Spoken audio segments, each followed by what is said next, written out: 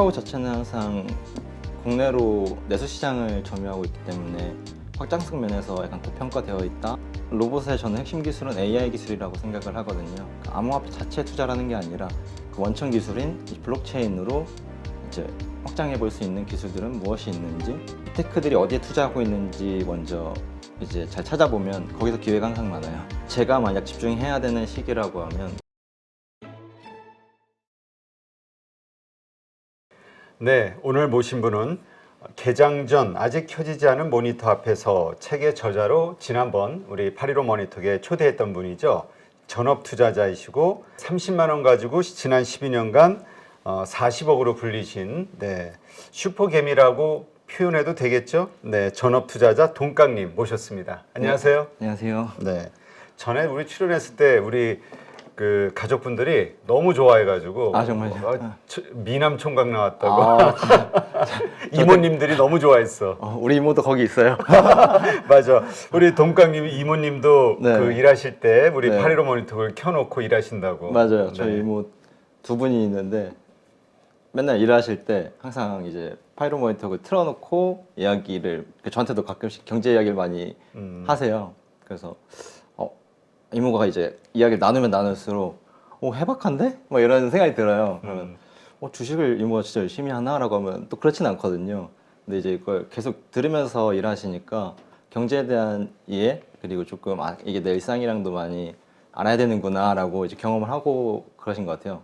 이모 안녕. 네, 이모님 저 고맙습니다. 네, 자 우리 동깡님 지난 1년 정말 위기였죠. 많은 개인 투자자들 물려서 고생하고요. 그렇죠. 네, 지금 마이너스 60, 70 되신 분들 허다해요. 50% 이상이신 분들. 맞습니다. 그동안 어떻게 투자했어요? 사실 저는 지난 1년 동안에 물론 주식은 제 포트폴리오에 들어있긴 하지만 과거 전업 투자자로 살던 제 시기와는 제 삶이 많이 변한 1년이었던 것 같아요. 그래서 저는 사실 지금 스타트업을 이제 시작한 청년 중에 한 명이 되어버렸는데 그러다 보니까 스타트업 시장도 사실 자본 시장의 한쪽 축이잖아요. 그렇죠.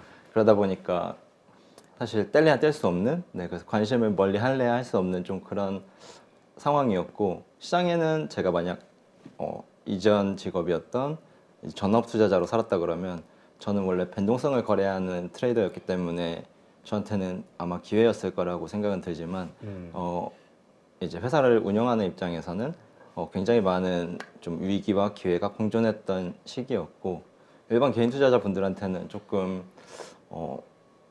누군가한테는 기회였을 수도 있고 누군가한테는 많이 위기가 지금 연속적으로 아니 그거죠. 일찍 산 분들은 위기고 요즘 사시는 분들은 큰 기회가 온 거고. 그럴 수 있겠네요. 역시 시점마다 조금 다른. 그렇죠. 네. 그러니까 대다수의 분들은 아마 다 물려서 지금 힘들어하고 있으니까. 맞아요. 네. 그래서 저희, 아마 이모님도 물려서 고생하실지 몰라요. 삼성전자 매일 얘기하십니다. 괜찮은 거 맞은지. 아니 근데 정말 물론 지금 준비하고 있는 그 금융 관련 서비스 네네네. 그 스타트업 때문에 지난 1년간 투자를 좀 쉬기는 했으나 어떻게 보면 또 그렇지 그 변동성에서 또 돈을 벌 수도 있었겠지만 어쨌든 위험한 시장에서 어쨌든 한 발 빠져 있었던 거니까 맞습니다. 절묘한 선택이었던 것 같기도 한데 자 일단 지금 이 고점에 물린 분들 우리 소위 네이버 카카오 이분들 우리 이모님처럼 삼성전자 정말 누구나 알만한 대형 우량주임에도 물린 분들 고점에서 이런 분들 지금 당장에는 희망이 없어 보이거든요. 어떻게 보세요? 너무 손실폭이 커서. 사실 대부분의 투자자분들은 한 번씩 경험하는 케이스이고 투자를 계속 함에 있어서도 경험하는 과정이라고 생각은 하거든요. 저 또한 항상 그렇고 그래서 저는 조금 그게 영원히 언제 회복할 때까지 기다려야 되냐라고 한다면은 저는 더 나은 선택지는 조금 더 끊임없이 매수를 참여하고 그러니까 지금 더 돈이 생기는 대로 그 소위 물타기 아니면은 네, 그렇죠. 사실 주식은 전 항상 이제 지난 시간에도 아마 이야기했을 텐데 한 번에 사면 안 되고 한 번에 팔면 안 된다가 제 핵심 원칙 중에 하나였거든요. 그래서 모든 분들이 그렇게 하기 힘들지만 당연히 그걸 지금 시기에 많이 습관을 하는 거, 좀 그런 걸 이제 카카오, 뭐 네이버 그런 이제 각자 포트폴리오가 있을 거 아니에요. 그렇죠. 그런데 자기 자산을 일부 계속 편입을 하는 게 유일한 또 방법이지 않을까. 새로운 섹터를 이제 편입하는 게 아니라면. 네, 그런 부분이 저는 초보 투자자분들한테 훨씬 오히려. 더 어차피 나중에도 이런 일들은 허다할 텐데 그 과정에서 내가 무엇을 얻어야 되냐라고 하면 그럴 때 이제 시장이 좀 빠졌다고 냅다 팔고 주식시장에 떠나는 게 아니라 조금씩이라도 그치 이렇게 매달 뭐 30만 원, 50만 원씩 내가 주식을 또 사는 게 뭐 어차피 롱텀으로 보는 거니까 좀 더 합리적인 선택이다라는 걸 이해해 나가는 좀 과정이 필요하지 않을까라는 대처 방법인 것 같아요. 우리 동강님도 처음에 네. 500만 원 가지고 투자했다가 깡통 차고 다시 500이 30이 된 거 아니에요? 네, 그렇죠. 그래서 그 30 가지고 그 다음부터 정신 차리고. 네. 그러니까 이렇게 가지고 있던 돈을 크게 손실이 났을 때 네. 다시 그 작지만 근데 왜냐면 사람들이 대부분 심리가 크게 손실이 나면은 빨리 그걸 회복하려고 자꾸 위험한 급등주를 쫓아다니거든요. 맞아요. 이걸 어쩔 수가 없어. 그러니까 네. 어떻게 해야 그 줄어든 돈을 다시 작은 상황에서 불려 나갈 수 있는 마음가짐을 갖게 될까요? 사실 굉장히 어렵고 저도 항상 투자자분들, 특히나 이제 저는 젊은 투자자분들한테 많이 이런 이야기를 하는 사람이기도 한데 매번 상황이 다르다 보니까 환경이 다르고 제가 이렇게 해라라고 좀 하기 어려운 부분이 있지만 그 마음가짐이 되게 되는 원인이 있거든요. 내가 자산이 1억인데 5천만 원이 주식에 들어가 있으면 그 마음을 유지할 수가 없고요. 그렇죠. 1,000만 원이 들어가 있으면 그 마음의 동요가 훨씬 더 유지가 될 수 있거든요. 좀 이런 이제 자산 관리 방법, 네, 좀 그런 게 사실 마음가짐을 실제로 할 수 있게 하는 이제 방법이거든요.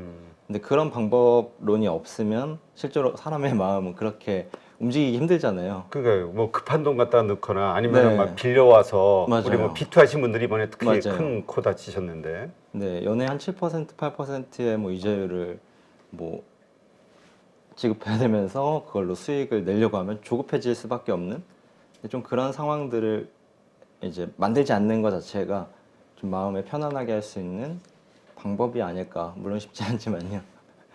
그 요즘 그렇게 많이 물린 분들 같은 경우는 뭐 바로 돈을 다시 좀 불리기 위해서 뭔가 바로바로 즉각 하는 것보다는 차라리 좀 쉬는 게 낫지 않냐 이런 의견들도 좀 있던데요. 이번에 뭐 또 한 1년 쉬셨으니까. 네. 사실 쉬는 게 투자의 핵심이거든요. 제가 생각할 때. 그래요? 네. 왜냐면 제가 트레이딩을 하고 실제로 장기 투자를 할 때도 대부분의 보고서를 많이 읽으면 읽을수록 투자를 더 많이 하고 싶거든요. 네, 매력적이게 보이게 되고 그렇죠. 그러다 전망이 밝아 보이고 그러다 보니까 더 많은 이제 액션을 하고 싶어지는데 매일 하루에 한 번만 거래하는 게 너무 힘들었어요. 네. 이제 장기 투자를 할 때는 한 달에 한 번 스타트하는 게 너무 힘들었고요. 참을 수가 없더라고요. 그렇죠. 그 하고 매일 우리가 이렇게 저렇게 정보를 들으면은 요것도 사고 싶고 저것도 사고 맞아요. 싶고 그러잖아요. 네. 그러다 보면 쉽게 백화점 되거든요. 한 맞아요. 50종목, 60종목. 맞아요. 그래서 제가 거래를 한창 역동적으로 할 때는 거래 수수료가 0.3%였어요. 그러니까 10번만 샀다 팔아도 내 자산의 3%가 사라지는 거죠. 그렇죠. 네, 그러다 보니까 많은 분들이 저는 숫자로 조금 이해할 필요가 있다는 생각을 해요. 내가 사고 파는 게 왜 참는 게 가치 있는지, 그 얼만큼의 이제 이익률을 보존시켜 주는지에 대한 좀 명확성을 이해하려면 숫자로 봐야 된다고 생각을 하거든요. 그래서 여러분들이 한 달에 혹은 뭐 6개월에 10번을 사고 판다라고 하면 뭐 현재는 0.25인가요? 네, 0.25%가 10번이니까 2.5%의 자산이 이제 감가되겠죠.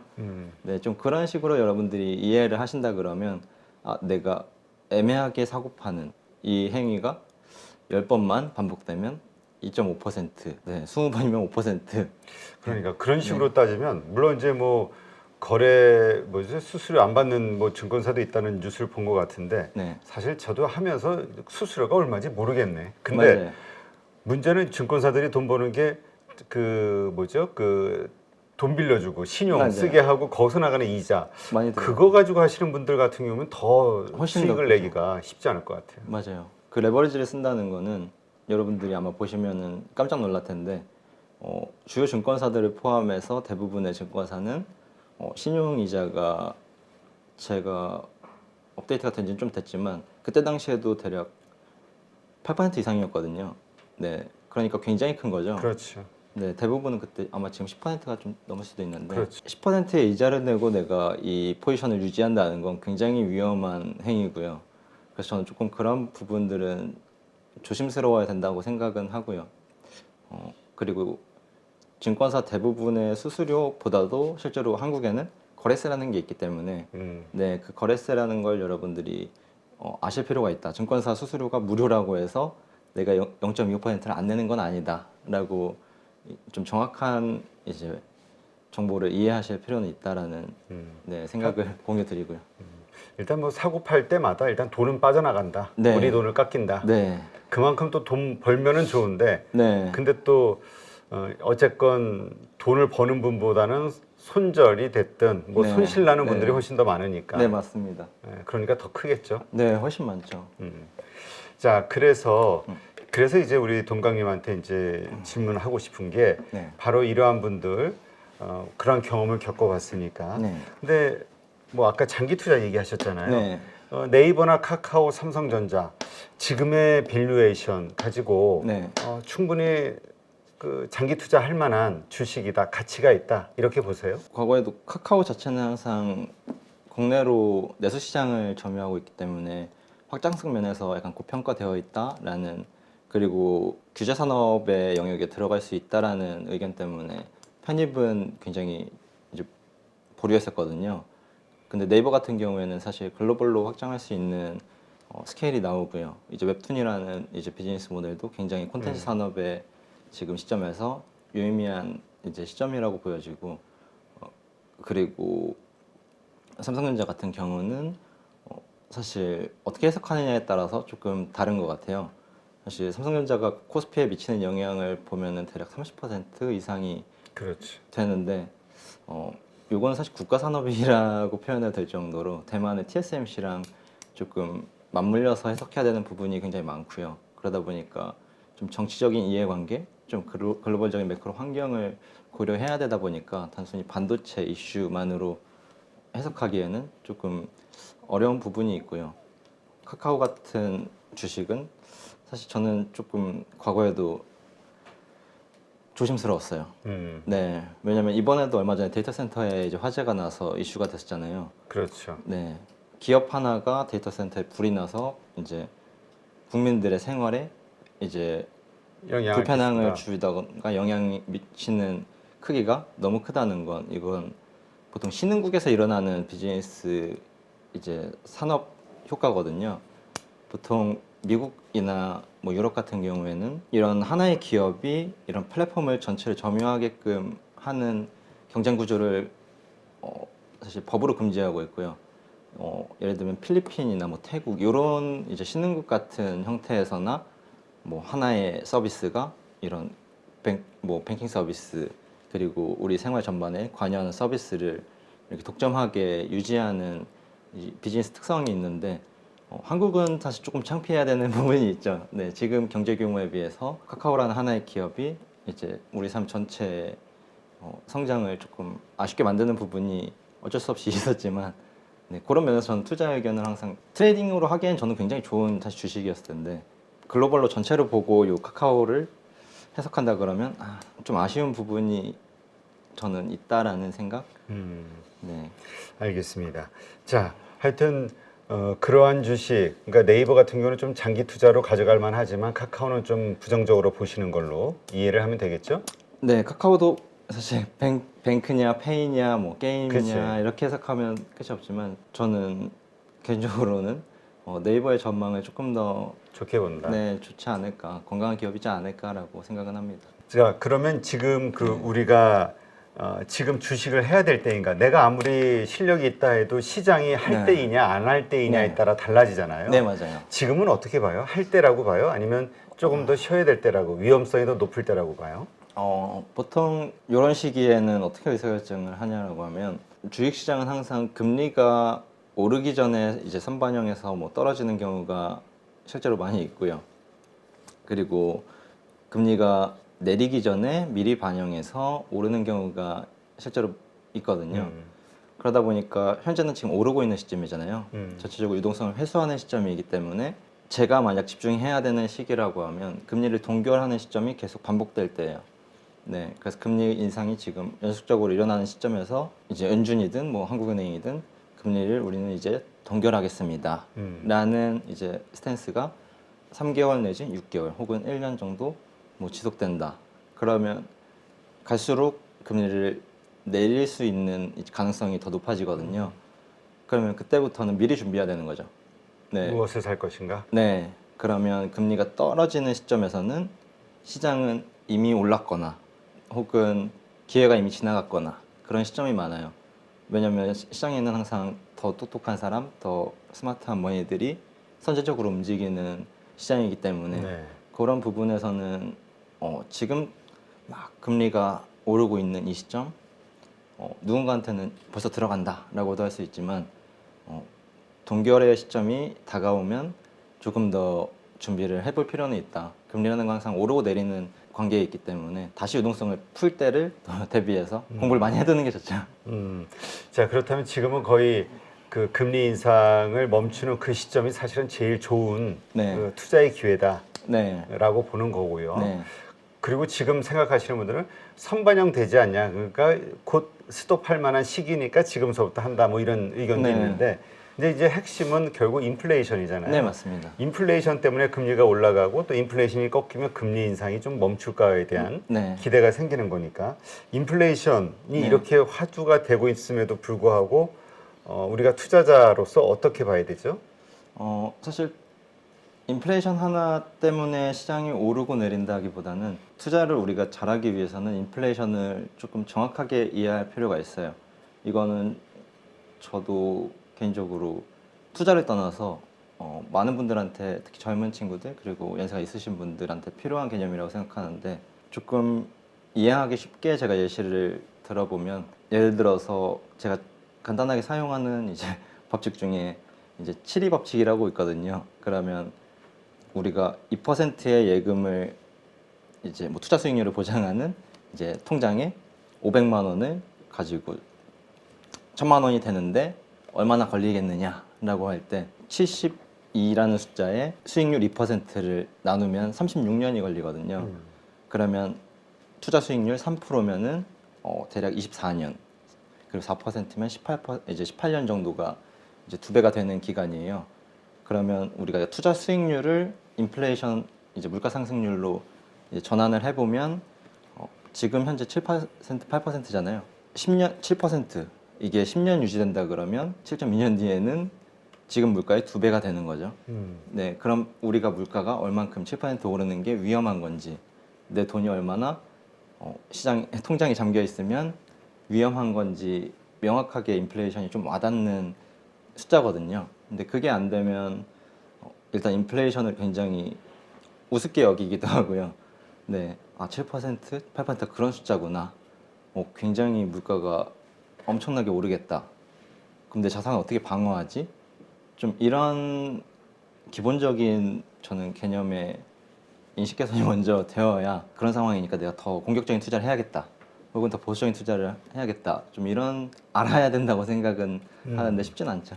그러니까 어쨌건 인플레이션이 화두가 될 때 그러니까 결국 이런 거죠. 앞으로도 뭐 계속 이런 일들은 반복될 테니까 네. 우리가 투자하는 관점에서 인플레이션을 어떻게 볼 것이냐, 투자의 기회로 볼 것이냐, 인플레이션이 높을 때는 어쨌든 막 문제들이 많은 네. 거니까, 아니면 인플레이션이 안정돼 있을 때 투자를 해야 될 것이냐. 네.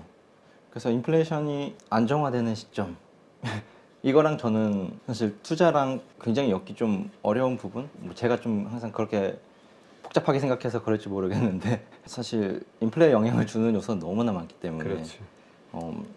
제가 쉽게 이제 인플레이션을 투자 기회로 삼는 방법이 있느냐라고 답변에는 사실 답변을 하기가 좀 어렵고요.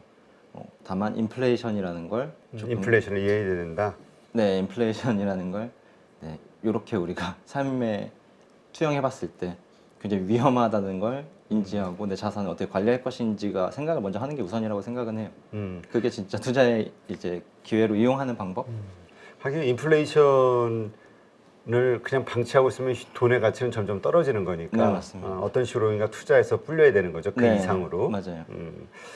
자, 아까도 얘기했지만 이제 그 우리가 어떤 주식을 앞으로 네. 이 금리 인상 시기 네. 그리고 이것이 이제 멈출 거라고 예상되는 이 시점에서 어떤 주식을 들고 있어야 될 것이냐. 결국은 뭐 트렌드가 잘 맞아야 되는데 네. 그런 주식을 장기 투자했을 때 큰 수익을 낼 수 있다가 우리 또 동강님의 주장이잖아요. 네, 그런 저는- 식으로 또 돈도 벌었고. 네. 그래서 저는 큰 트렌드는 잘 안 온다고 생각은 하거든요.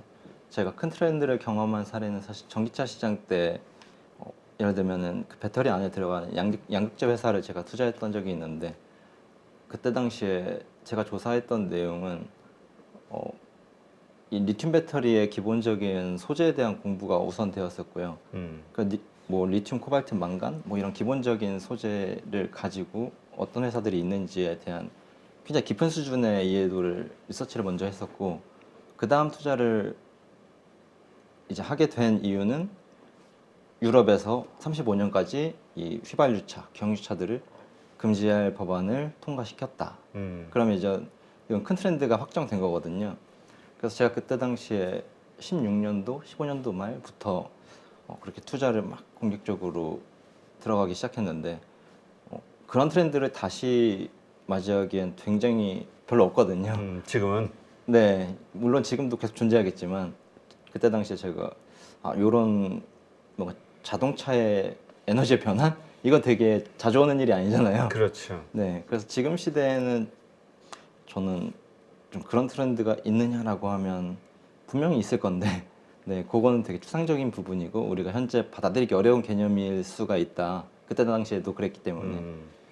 근데 이제 어쨌든 그런 거를 잘 알아보고 그러니까 선제적으로 투자를 공격적으로 잘 해서 이제 수익을 많이 내셨는데 네. 그런 차원에서 요즘 우리 화두가 되고 있는 로봇주 네. 이제 갈수록 로봇의 수요는 늘어날 거 아니야? 네. 라고 얘기하면서 이게 2차 전지 때의 모습이야 라고 생각하는 분들도 있거든요. 초기 때.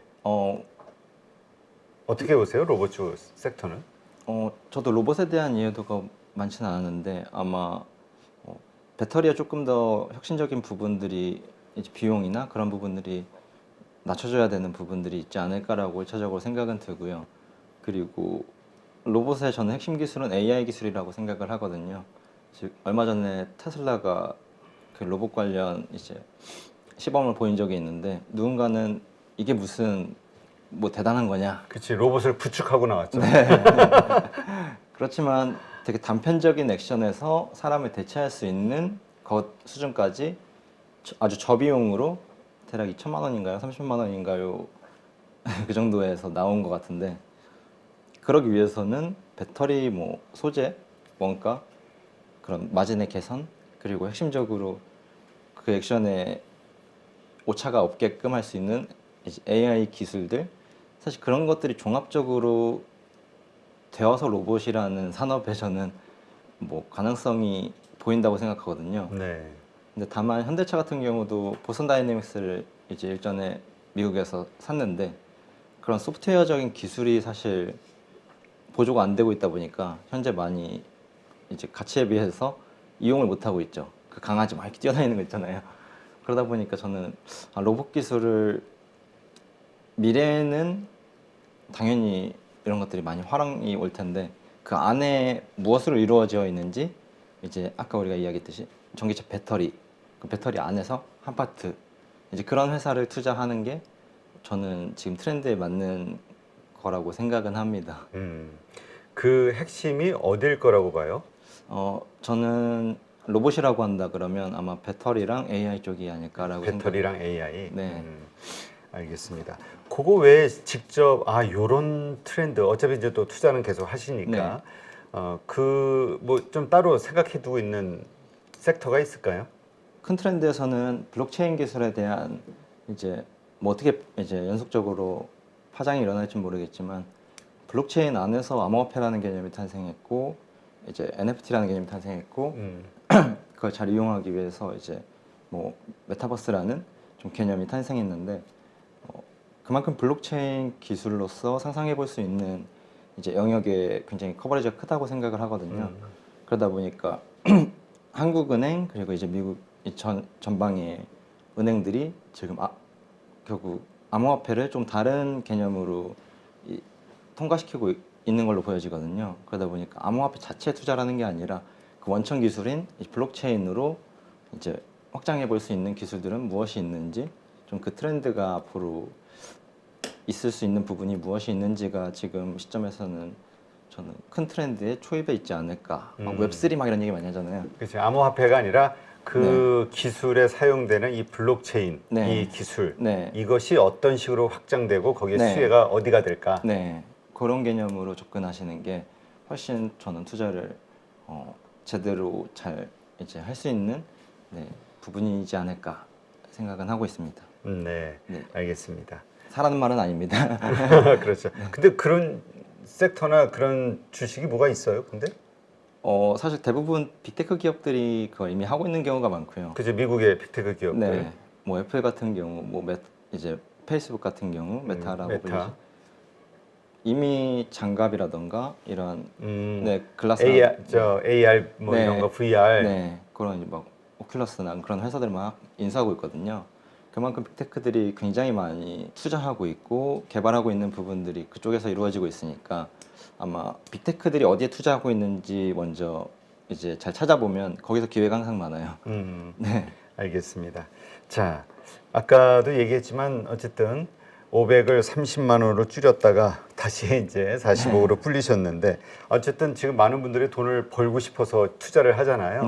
그 경험을 좀 되살리시면서 어떻게 하면 이 투자의 시장에서 돈을 잃지 않고 계속 이렇게 불려나갈 수 있을지 생각하시는 어떤 노하우 뭐 이런 게 있다면 좀 알려주시죠. 저는 직업으로서의 투자랑 이제 자기 재테크의 수단으로서의 이제 투자를 좀 구분할 필요는 있다고 생각은 하고요, 1차적으로. 그래야 자산을 1차적으로 지킬 수 있고, 그 다음에 투자는 굉장히 긴 게임이라는 걸 받아들이시는 거. 네, 좀 그런 부분들이 하루 아침에 되는 일이 없잖아요, 원래. 그렇죠. 네, 저도 항상 그런 마음가짐으로 조급하지만 좀 다시 그치, 원래 그렇게 하루 아침에 뭔가 되지 않았지. 뭐 누군가는 기껏해야 뭐 40억 버는데 뭐 그렇게 오래 걸렸냐라고 할 수도 있지만 그게 그렇게 걸릴만 했지. 뭐 그런 부분들을 저는 조금 받아들이는 거. 네, 투자라고 그게 왜 하루아침에 이루어져야 되는가 라고 많은 시간, 인내가 필요하다. 네, 좀 그런 부분들을 굳이 배제하지 않았으면 좋겠다. 네. 일반적으로는 그렇게 생각 안 하면서 투자에서는 대박 나야 돼. 그치, 대박을 원하죠. 네, 좀 그런 부분들이 좀 오해가 있는 것 같아서 좀 저도 젊은 세대들한테 항상 그런 얘기들을 많이 하는 편인데 쉽지 않죠. 네. 그래요. 네, 하여튼 특히 손실 나신 분들 빠르게 그 손실 복구를 하기 위해서 뭐 정말 급등주 아니면 정말 무슨 뭐 소위 우리 정보 매매 뭐 이런 여러 형태로 하잖아요. 맞아요. 그러다가 더 수렁에 빠지는 경우들이 많은데 그럴 때일수록 좀 차분하게 그 말씀하신 정말 펀더멘털 아니면 정말 트렌드가 바뀌는 그런 기업들의 장기 투자는 맞아요. 시간의 투자를 좀 하자. 맞아요. 알겠습니다. 하여튼 그 젊은 분들 우리 20, 30대에게는 아주 그냥 인기가 가장 높으신 전업 투자자이신데 우리 그렇지 않아요? 네, 우리 이모님들 또 삼촌들 아마 젊지만 거기에서 우리가 좀 많이 배울 수 있지 않을까 생각이 됩니다. 네, 오늘 뭐 마지막 하고 싶은 말 더 있어요? 제가 뭐 딱히 와서 뭐 도움이 될 만한 이야기를 드렸는지 모르겠는데 그냥 제 경험에서 해본 것만 얘기했다라고 생각해 주시면 될 것 같고 제 의견이 뭐 여러분들의 투자 의사결정에 반드시 막 포함돼서 그러진 않았으면 좋겠다라는 생각은 들고요. 사실 저도 투자하면서 굉장히 마음이 힘들었거든요.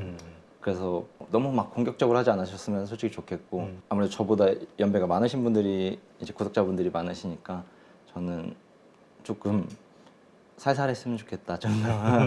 살살. 네.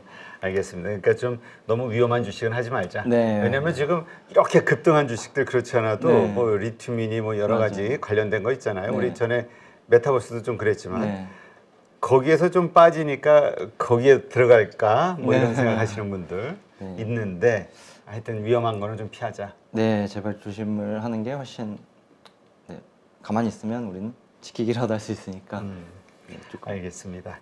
네, 이제까지 그 전업 투자자시고요. 네, 30만 원으로 40억을 불리신 전업 투자자 동강님과 함께했습니다. 좋은 인사이트 고맙습니다. 아닙니다. 감사합니다. 누구나 1시간 안에 200개 종목에서 좋은 종목을 고를 수 있는 그런 능력을 배양할 수 있도록 제가 도와드리려고 그렇게 하고 있습니다.